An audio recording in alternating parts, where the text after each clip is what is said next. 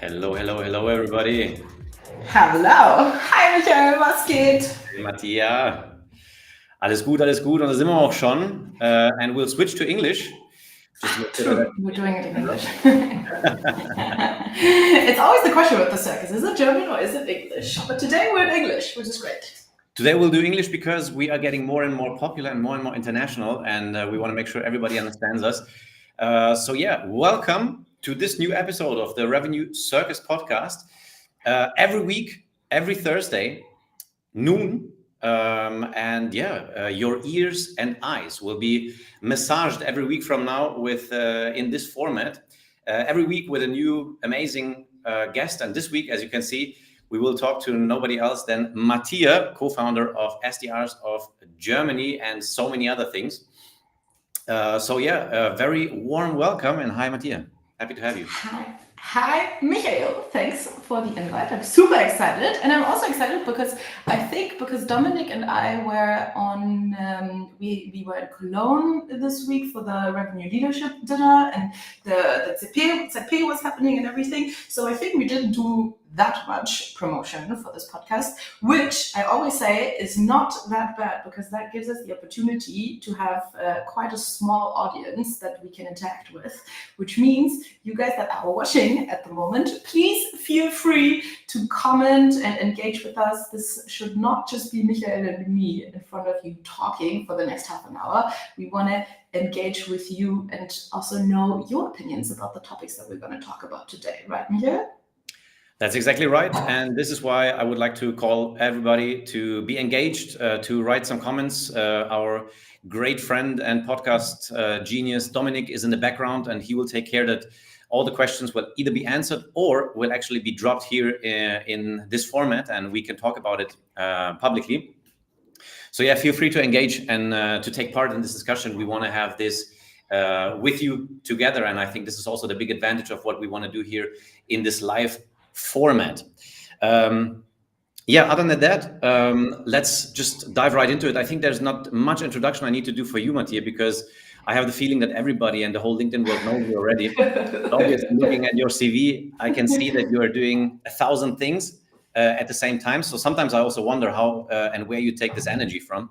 Obviously, you lead a company, you are cycling a lot, you are an angel investor, you are an advisor, and so many other things. But you started your career as an SDR, and this is actually also the topic that we want to dive into today. Not only SDRs, but generally the topic of outbound, meaning what is changing, what is currently happening in the world of SaaS sales, and then specifically when it comes to outbound, and what does it actually mean for SDRs and account executives. We all know there have been a few announcements lately and a few changes within companies where more and more AEs are being asked to do full cycle and maybe even at some point replace SDRs within a few companies.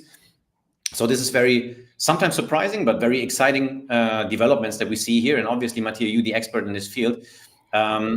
So let's just dive into it. I would have a generic question at the beginning to ease into this topic.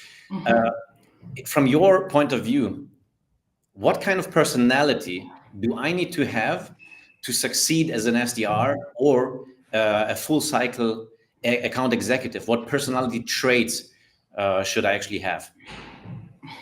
Very, very good question. I think I get asked this quite a lot, right? Especially from companies that are like, okay, what kind of SDRs should we hire? Like, what kind of people should we scout for? And I think it's super difficult, especially within the SDR role, to boil that down to a couple of traits, because I have seen SDRs that could not be more different in personalities, and both of them really succeed and are really great at what they do. I always say, listen, actually it's not super difficult to find someone that is really good at this job, because the number one thing that they have to be is passionate for the things that they do, and they need to be super curious about what they do. I think this is actually one of the things that I always, when other SDRs ask me that just get into the field of this, and they ask me like, Mattia, what should I do? Like, how can I succeed at this job? And I'm like, be a sponge, especially when you consider the SDR role as like your first entrance into SaaS sales. what I did when I first entered, I listened to every single podcast that was out there. Back then, when I started 2-3 years ago, right, nothing like this existed. There was no like podcast especially not in like the German scene, right? There was no SDRs of Germany, nothing like this. But I still went onto every single podcast and looked for every single information source that I could find and just tried to learn everything that was out there. And I think these are the kind of people that you need to be looking for. And this is the kind of SDR profile that we need. People that are super, super, super hungry to learn more, and that are super ambitious to get out there and get stuff done, right? Like, this is the work of an SDR. It's a super hard job, but it can be so rewarding if you put in the work. I really like this, and there are so many things that I wrote down. At the end, you said it's a super hard job, but let me just give you some perspective of what I'm experiencing within our company. I would say biased, but also if I am unbiased or would be unbiased and honest, I have to say Pleo is a very, I would say, a very special employer in many senses. And if I look at what we do with SDRs, we have a huge office in Lisbon, where the idea was that Lisbon is a great city, especially if you take on your first job. We have one of the best offices there that I've ever experienced, with Monday breakfast, with lunches included, with all these perks, right? And then also an above average salary for Portuguese standards. So looking back at the way how I started working back in the days, I didn't start in SaaS sales, but you mentioned it, right? It's the first job that you take on, and your entry, you said it's the first entrance into SaaS sales. So I wonder sometimes, because when I started back in the days, classical Ausbildung in banking, I was basically told, like, don't talk to the bosses. You go to the copy machine and copy these documents. And, I was like this little fish that had to prove himself first. And if I would have asked for corporate massages that we also offer sometimes, right, they would probably have thrown me out immediately. Sometimes I wonder, are we doing this right? Yeah, super interesting question. Also one that now that I lead a company, sometimes I think about, because on the one hand, we are a little bit spoiled with the things that we get in tech sales, right? Like the salary, the perks, and all of these kind of things, which are great, and I think we should give them to our employees. But then on the other side, now that I hire people for our company as well, sometimes I'm like, actually, I feel like you first have to prove yourself, and then you can do these things. And then I am so happy, especially if you're an SDR. And this is why it's great that we're in sales, right? Because we can prove our impact so well. Because if we make our job right, we are like the lifeline, we are the bloodline of every company, right? Without us, without SDRs, without AEs, without salespeople, the company just doesn't survive, right? So because we have such a big impact and we can move the company forward so much, we should be getting these kind of perks. But at the same time, we can't expect them, or we shouldn't expect them. And I think it's quite interesting, because what I hear now also in the market is that SDRs are a little bit spoiled, and they ask for so much. And they become a little bit lazy in the work that they do, right? And when I remember back, when was this? Like almost 4 years ago now, when I first started as an SDR, we had this program where for 3 months we had to prove ourselves, and then we would get all of the benefits, right? But we didn't just get them like this. And I think that was one of the things that helped me also build my hunger, right? Because I was like, okay, great, I need to get to all of these points, I need to get to all of these milestones, and then I can have this great lifestyle, and I can get, unlimited holidays. When I was at Sales, I had unlimited holidays, but only when I put in the work and when I proved myself, and that helped me motivate myself also. So I think it's a good point. We do spoil our salespeople, and I'm not sure what kind of mechanisms we can put in so that hunger is still being built aside from all these benefits. Right. Well, this is a topic that is very hard to fully understand and fully grasp. But I really like the approach of proving yourself first and making sure that afterwards, with milestones hits, you get more and more advantages. which also makes you strive for something, right? Not only for money, but also for other things that can be very beneficial for yourself. 100%. Preparing for our discussion today, I actually listened to one of the episodes of yours in the Sell in Dach podcast that you used to do. And it was actually the episode number 1, where you talked about the history of SDRs of Germany. I think it was very fresh. I think even you still worked at Salesloft back in the days when Probably, you started that one, yeah. But I thought it's interesting to listen in and see what the perspective is or was at that time, and what you were talking about together with your co-founder Helena. And during the time, just to switch perspectives, for people who are looking for a job, they want to enter this SaaS space because obviously it has a lot of perks, as you mentioned. We can earn a lot of money, and it's great stuff that we work with, and it's a great community also. So it's very beneficial to get a foothold in that, and many people are trying that. And what I'm interested in is, or when I listened to you, you mentioned the first time that you applied for a job, and it was about outbound. You didn't really know what to look for. Like, you didn't ask the question of what's your tech stack, right? Or how do you, I don't know, what's the processes around this and that. So for people who are now looking to change jobs, or for people who are looking for a different company or to come into sales, what would you, just in a bullet point format, what would your tips be to really get this right? Yeah. I think this is still a problem for a lot of first timers, right? Because if you haven't done the job before, then you don't really know what to look out for.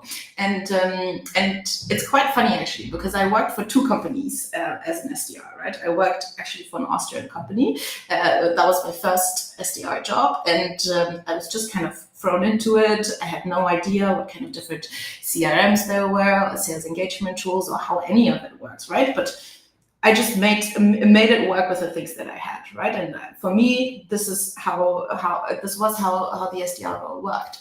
And then when I changed to Salesloft, which up until now I still think is one of the most sophisticated sales orgs out there, especially when it comes to like SDRs and AEs. And I remember the first time that I walked into the Salesloft office and they showed me their processes and the tech stack, I was like, what?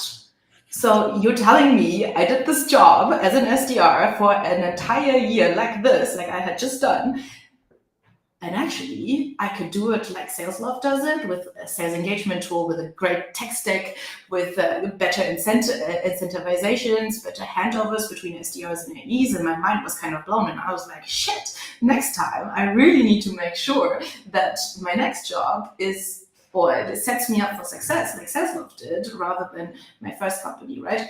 So I think it's super, super, super difficult to know that before you enter this space, because you literally have nothing to compare yourself to, right? Or like the different organizations to.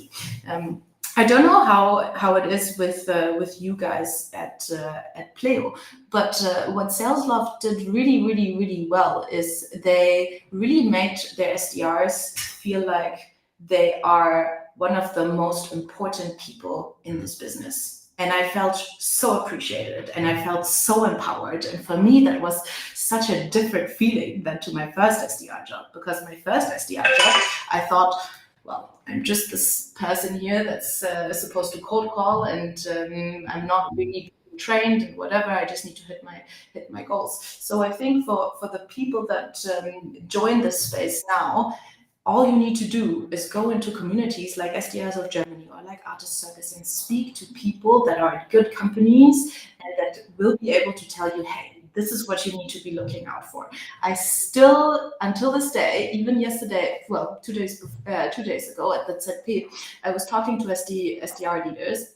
Oh, this one SDR leader, and she was like, yeah, Matthias, our SDR org just doesn't work, and it's not, we're thinking about just turning into full cycle sellers again, and I was like, okay. So tell me about your processes. What do you do to enable your SDRs? And everything that she told me, I was like, yep, of course it doesn't work like this, right?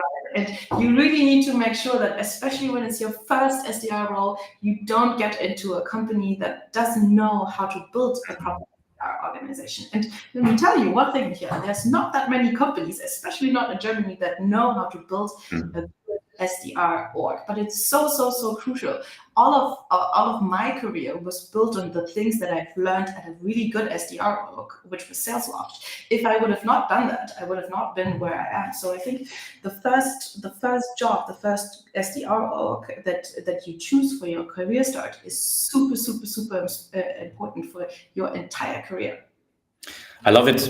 And I have a lot of follow-up questions to that. And I hear that more importantly than massages and breakfasts, you should look for an employer that really fits what you expect from yourself for your career, for the start of your career and the progression that you're planning to do, and supports you in the way and gives you the appreciation.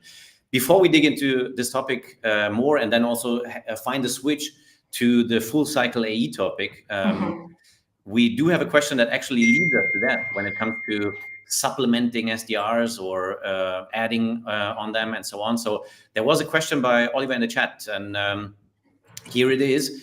So thank you so much for the question. How can I supplement a full cycle seller, for instance, with robotic or AI-based SDRs? Somebody still has to do the outreach on a number basis. What is your opinion on that, Mattia? Yeah, I always have a little bit of a red flag when I see outreach and number basis in the same sentence, because I think this is something that a lot of SDR orgs do wrong, actually, or sales orgs do wrong. They focus much more on the quantity outreach numbers than the quality outreach numbers. It's actually quite funny, even now that I work with startups that are like beginning their sales, and they're all just like, okay, where are we going to get 10,000 email addresses so we can send all of these emails out? And I'm like, don't. Why are you focusing this much on quantity? Why are you not focusing on quality, especially in a market like this? I don't think we need outreach in mass numbers. We need outreach very precise, high quality to the right ICP. So also that we don't burn our brand name, right? So I don't think up until now that you can supplement full cycle sellers with robotic AI. I know that there's companies like Honey Sales, for example, that we also work with at SDRs of Germany that can help us, that can support us in the work that we do, but I don't think we can fully supplement them ever. I don't know what your opinion is to that, Michael, but what I say to everyone at the moment is stop focusing on the quantity and really incentivize your sellers, your SDRs, your AEs on quality rather than quantity.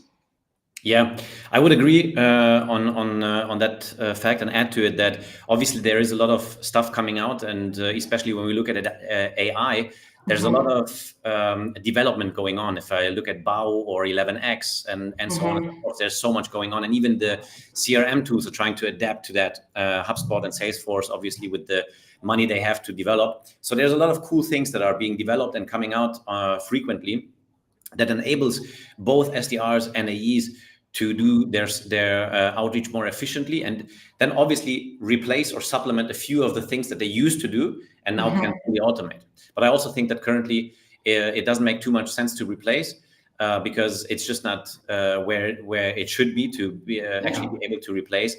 And at some point, we do need the qualitative approach in the outreach. So once you did spark maybe the interest of somebody, you need to engage in the discussion and then walk further. So I agree with that. Yeah, and I can see why these things are attractive to companies and especially to leaders, right? Because it kind of shows you a shortcut. It's like, okay, you can now just get this AI tool and they will book your meetings and things like that. It's attractive. It means that we might not have to train our SDRs. We might have better outcomes, or we can reach more people. But And I see this with myself sometimes too. Now that ChatGPT came out, I was like, okay, like maybe we could do all the SDRs of Germany posts. We could do many more SDRs of Germany posts, and we could just do it with AI, and it's going to be super quick, right? And you fall into this trap. But then I was like, actually, it's stupid, because instead of focusing on now a lot of quantity to pull out, how can I use this tool to actually increase my quality to reach more people with high quality? And that is the question that we need to ask ourselves. And I think there's a lot of tools out there at the moment that you can somehow use here and there, but there's not one tool that is going to replace an entire SDR, an entire AE, because also sales is still human to human, right? Like, one of the reasons I was really, really, really successful as an SDR is because I put myself out there and I really played with my personality, and I made like memes and I made videos, and I really put an effort into what I did as an SDR. And so far, no AI can replace that just yet. Yeah, but I love the discussion. And Oliver, I really believe that this was a great question to answer at this point. And it also builds a very beautiful bridge to what I actually wanted to talk about now. And I actually copy-pasted something that I just want to read. I will have to translate it while I'm reading, so bear with me. But basically, I was doing some research before before our discussion, and I also went to the SalesLoft website, right, and to what they do on LinkedIn and stuff. And you described it as one of your dream jobs when you were back then, right? If you look at when I looked at your CV in LinkedIn. So I went on their website and I saw a lot about AI, obviously, but also about signal-based outreach and selling and this kind of stuff. And what I understood from just reading through the SalesLoft website was that things are changing to a much more qualitative approach. Exactly, Mattia, what you just mentioned, right? It's not about sending 10,000 emails anymore, but more quality. And then I thought it was very interesting to read a post that I saw yesterday from Yiri, who will actually, I think also at the end of the month, will attend a meeting with you guys from SDRs of Germany, and has already in the past. And I really believe he's a great, he has great sales knowledge. And his post from yesterday was the following: 2024, sales has changed. Clients are immune against outbound. There's much more offering than in the past. Business models are consumption-based, and sales teams are burning through lead lists. And then with AI, the amount of approaches and fake personalization is just exploding. And then on top of that, SDRs are also sending tons and tons of emails, LinkedIn messages, so on and so forth. So what he's saying is our outbound sales strategies are broken. What used to work in the past doesn't work today anymore. What is your opinion on that, Mattia? I could have been a post of mine, to be fair. I absolutely agree with this. I always say this, and to be fair, this has not just been true in 2024. I think we started seeing this in 2022 and 2023 already. There's this study by MIT and Howard, I think, that came out 2022, if I'm right. I can look this up, but it says that your average C-level prospect gets 128 sales touches a day. And when you speak to C-level executives, and you probably also, and my inbox is always full, I look at the first message, I look at the first sentence, and I can tell if this was an AI or if this was an automatic, like an automated message within 1 second. And if I feel like it was not that personally directed to me, I don't even read it until the end, right?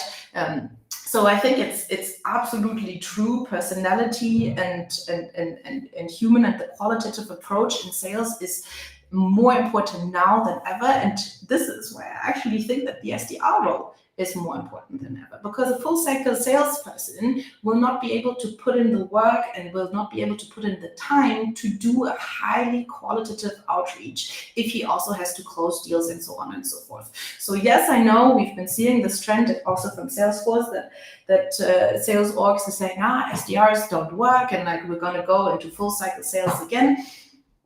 You know why I think they do that? Because I don't think that they know what they're doing there. And that's why I sometimes get a little bit angry when I speak to sales leaders and they're like, we just fired our SDRs, we're just going to go full cycle sales now because it doesn't work. And I always say, it's not that the SDRs don't work. It's because the way that you have set up your org doesn't work for SDRs. I think now more than ever is actually that we need SDRs to put in time into highly qualitative approaches. But of course, if you don't set up your SDR org right and you tell your SDRs to just send out 10,000 emails a day without any thought behind it, you are going to come to the conclusion that it doesn't work because they're not going to perform, right?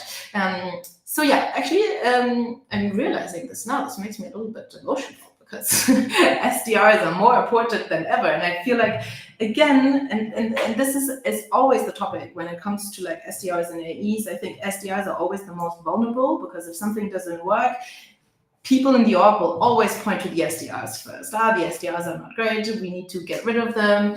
We're just going to go back into full cycle sales. When really these kind of orgs should touch their own nose and be like, what are we not doing right here in our sales org? Yeah, I like the approach.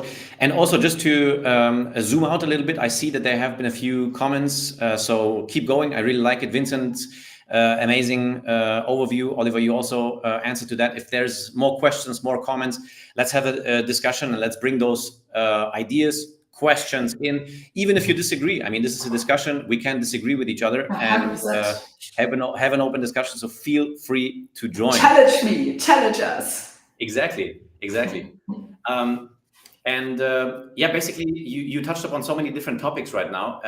And I also wanted to touch upon the topic of full cycle AEs, because that's where a lot of the big companies are moving to. And sometimes I have the feeling when the big guys or girls in the market say, this is what we do now, then all the smaller ones say, oh, well, if they are doing it, we need to do that too, right? Yeah. And I wonder what's going to happen, because there are so many companies that are smaller than Salesforce or smaller than ServiceNow and so on and so forth. So I wonder, with the approach of full cycle AEs and then putting the pipeline targets higher and then having people who have to manage outbound efficiently, but then also having to do a lot of discovery calls, follow-ups, closing calls, negotiations, and then maybe even take some part in the onboarding process and whatever that is. It differs from company to company. How to do that, and what would be your advice to the general market about it? I think general advice is always difficult, especially when it comes to topics like this. Dom, maybe you can pull Oliver's comment up here, because this is a little bit like I want to touch base on that. Do you think that there are products that are more fitting to an SDR role than others? Absolutely, yes, I do. And I think it also makes it's I think there's also a huge difference into what you sell and who you sell to. For example, enterprise sales. Yeah, I am the biggest fan to have enterprise sales as full cycle AE roles, because deal cycle is super complex, right? They have more time in general, but also because of their targets to put in the work into researching the customer and so on and so forth. Super high velocity products might not be the best case for an SDR either. But the kind of sales that most companies do, right? Like products to mid-market companies, for them the SDR role is super fitting, because you can. I have rarely seen an AE that can do both super highly qualitative outbound approach and closing deals at the same time. Because salespeople, like outbound is, I've met a couple of people that are like, we love outbound and we'd rather do outbound rather than closing deals, right? But not that many. And if you look at full cycle AEs and they have a day of, 8 hours, they always rather go into the closing part than into the outbound part. And that's why now that the companies, and I've spoken to a couple of companies now that have gone from SDR and AE to full cycle sales, they're like, oh, okay, in the beginning it was great because we still have a little bit of pipeline. But then 3-4 months after that, they do realize that the pipeline is just not as big anymore, because AEs and full cycle sales people, they always choose closing rather than doing outbound, which I get, right? Because I think if you want to do something really, like if you want to motivate people to do their job well, you need to enable them to do their job well. And a lot of people, they don't know how to do outbound well, which then means they don't know how to do outbound well. They also have, like, they're not having fun while doing it, right? The moment that I mastered outbound and I was actually successful with it was the moment that I actually enjoyed sales. Up until then, I was like, oh, I don't want to do this because I wasn't good and I didn't have successful feelings. I wasn't happy about it. But the moment I knew how to do it and the moment I had success with what I was doing, I actually started enjoying it and I actually started doing it more, right?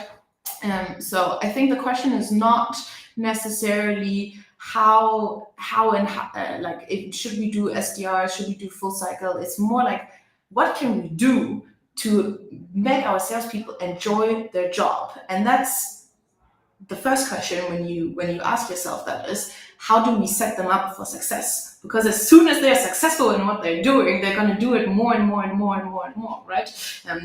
I don't know how you guys do that at Pleo. Actually, I think you have quite a good tech stack. You have training. You have I think you have Becca, right, as like an enablement manager. And it's true, actually. Every time that I speak to Pleo SDRs in the past, at least, they all enjoyed what they were doing because they had a good enablement. Yeah, absolutely. And for people just listening in and not being live here right now, we have a very active chat with a lot of comments and questions that we try to tackle also while Mattia is answering. I see is trying to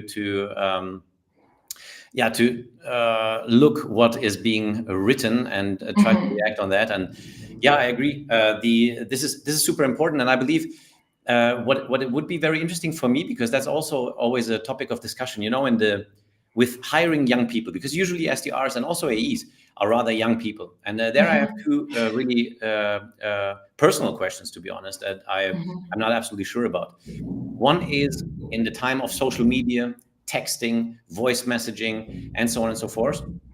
Is calling still a successful vehicle to book meetings?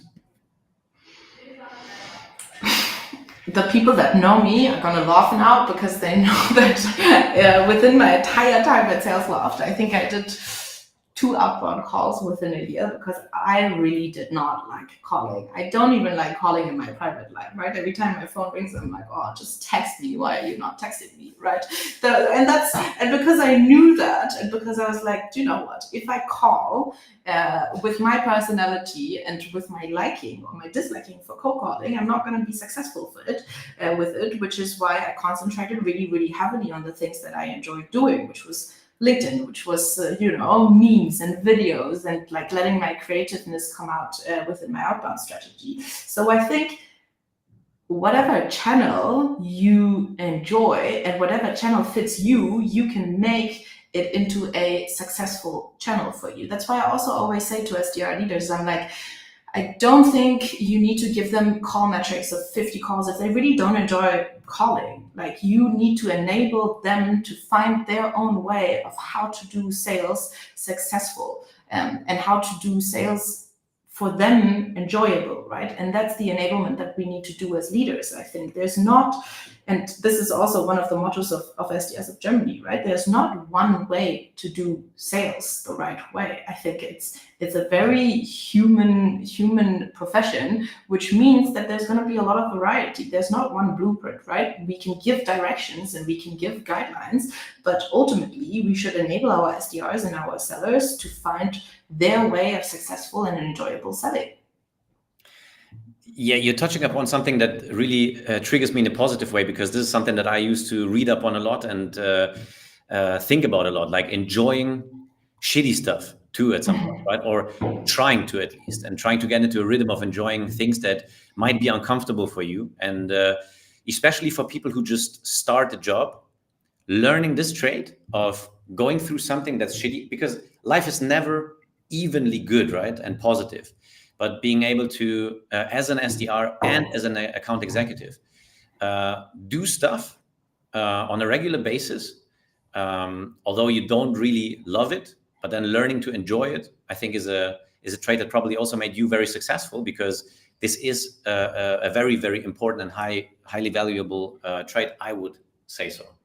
Yeah, 100%. And I think you need to go through it, right? In my first SDR job, I think we had call metrics of 200 calls a week or something. And I did these 200 calls every single week. So I went through it. I did something uncomfortable that I didn't want to do. And I realized it's not just uncomfortable for me.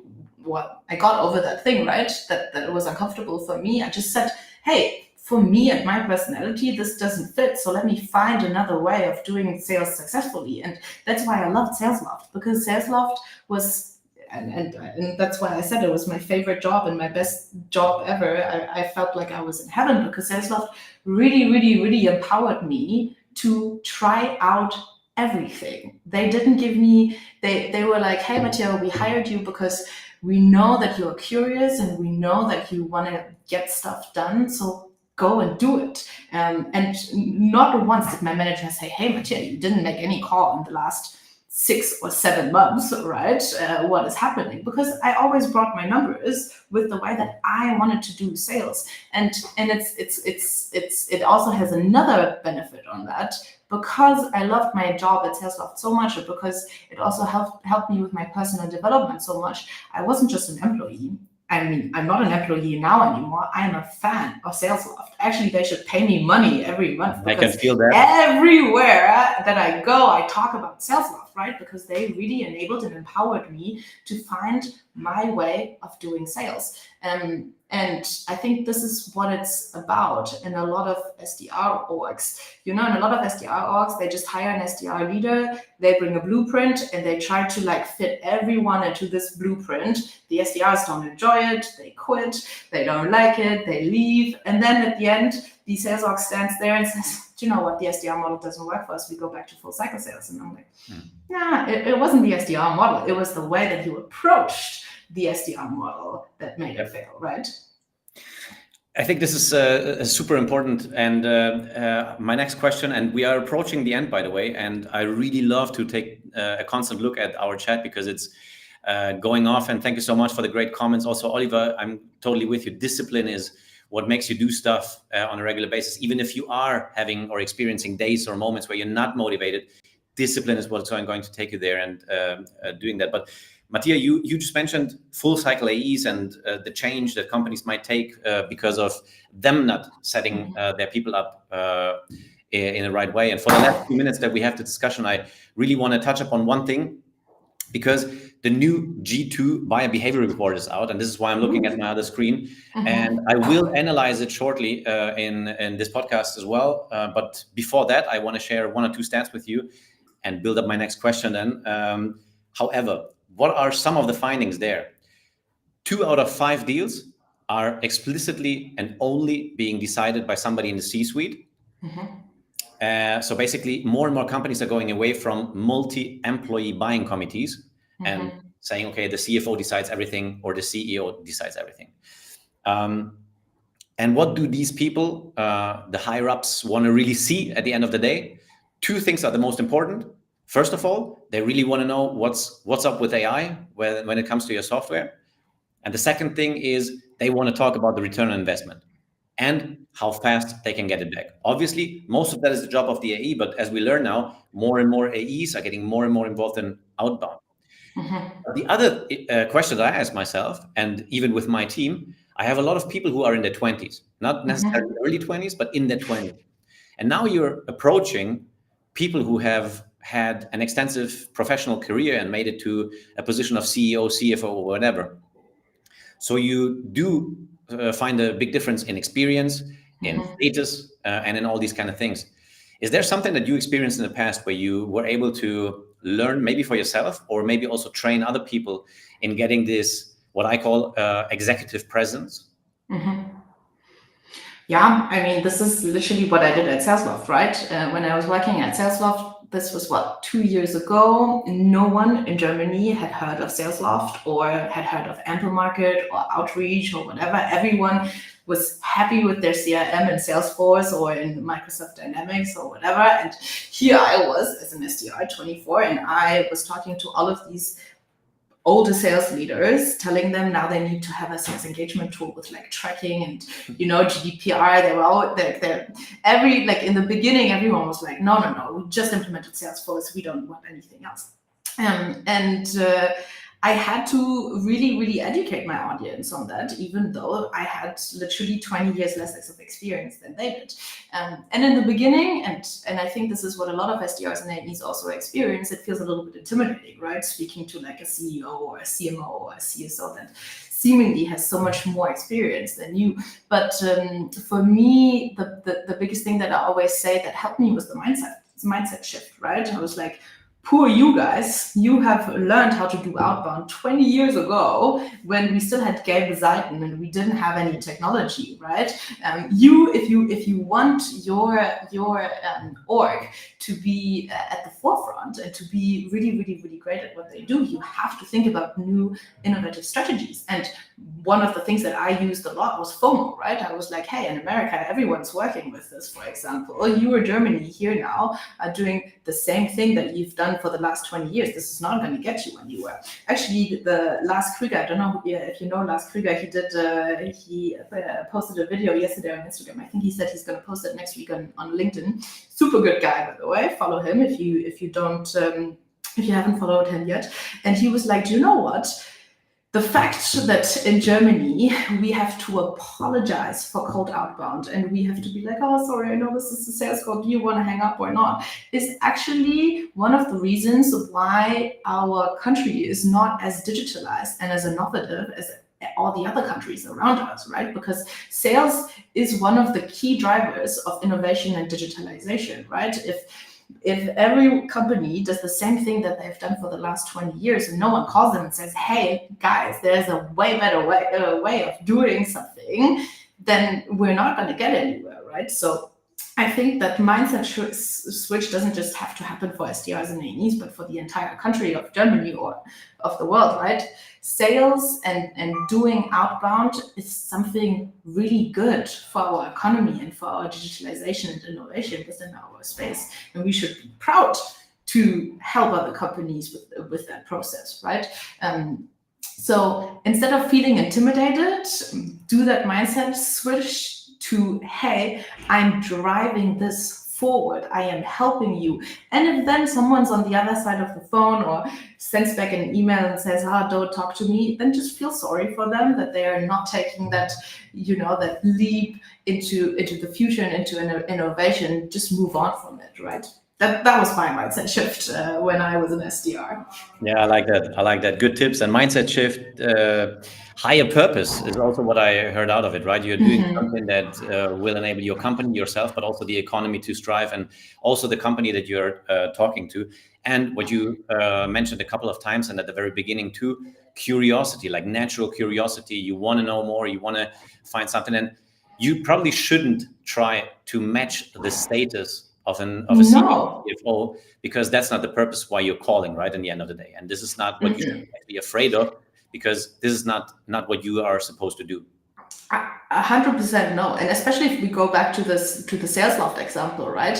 When I was speaking to sales leaders, I was always like, guys, you don't know how hard this job is nowadays as an SDR or as an AE, because you haven't done this for the last 20 years. I am here. I know I've worked. My last job was for a company that didn't have something like this, and it really blocked my way. And I'm here and I'm helping you and I'm showing you how your SDRs can do it better. And that's actually what the first thing that I thought when you talked about that buyer report, that it's only one decision maker now in the C-level suite. I was actually thinking, I don't know if this is good, because if the sales leader, it's quite funny. So sales loft and outreach are like the biggest competitors, right? And outreach was always liked more by sales leaders, but hated by sales people that are actually using it. And sales loft was always like, sales leaders were like, okay, but we like outreach more, but sales people that were actually using the sales engagement software loved sales loft much more.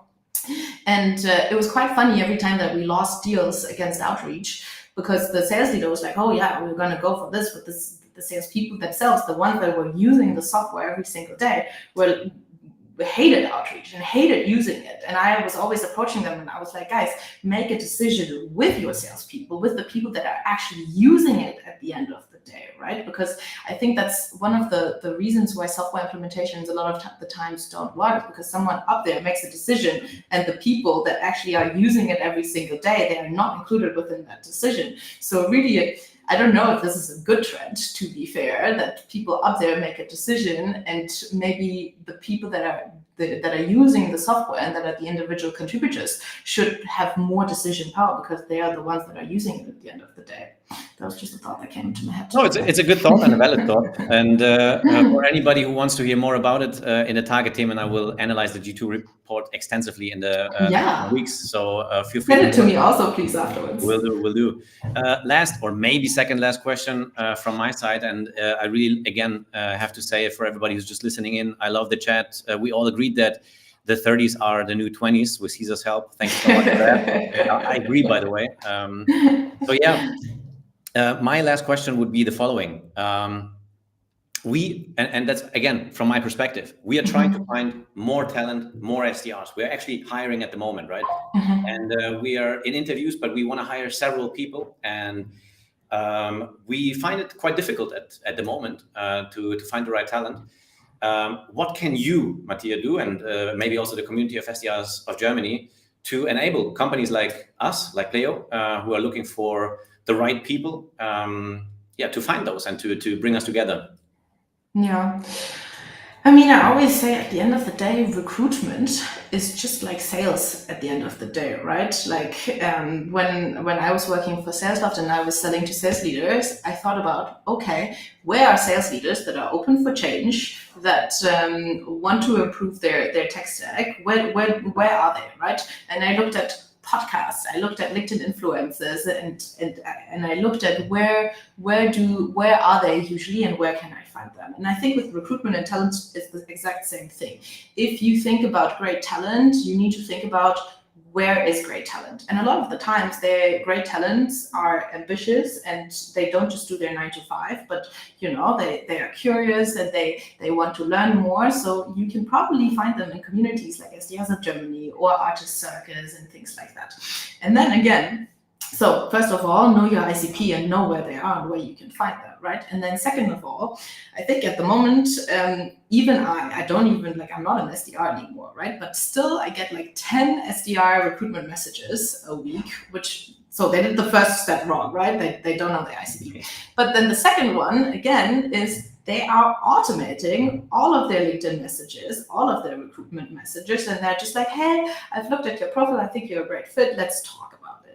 And just like it doesn't work like that in sales anymore, it also doesn't work like that in recruitment. And I think all of the recruiters and the TAs nowadays, they need to put in more work to, first of all, find the talent and then speak to the talent. So really think about, if you're a recruiter, I think stop the mass emailing, stop the mass LinkedIn Sales Navigator sequence, and go and speak to the people like they're humans and really show them that you care about them, that you looked at what they're doing at LinkedIn. It takes more effort to get attention nowadays, because not just sales prospects get 128 sales messages, also SDRs get 110 SDR recruiting messages nowadays. And if you want to stand out of that, you need to put in highly qualitative work.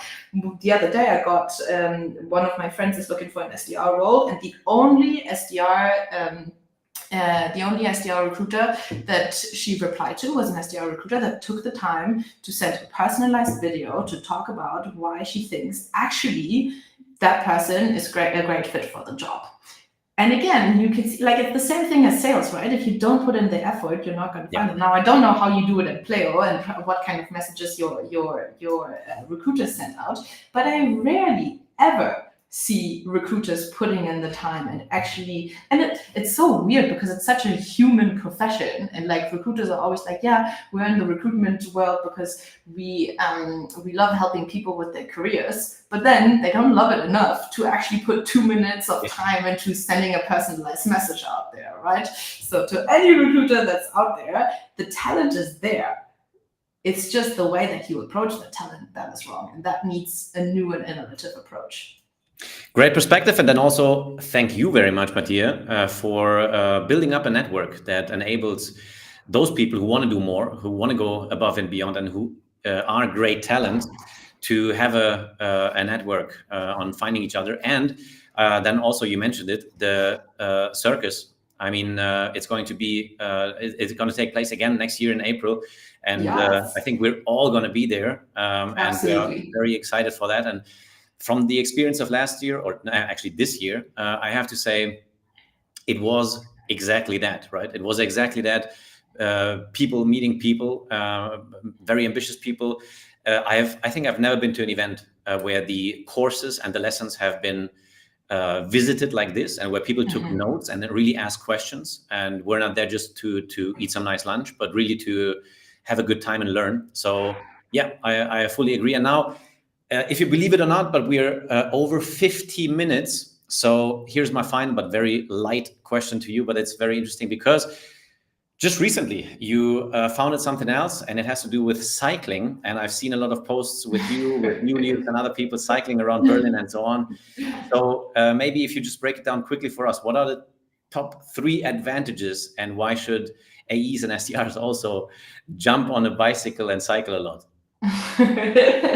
Thank you. I mean, it's cycling in general is super cool, right? Because especially in the Sales Cycle Club, nowadays we do a ride once a week, and there's investors, CEOs, sales leaders, SDRs, AEs that you can network with on a bike while doing sports outside. It's great, right? I think it's, for me at the moment, it's cycling. A year ago it was boxing.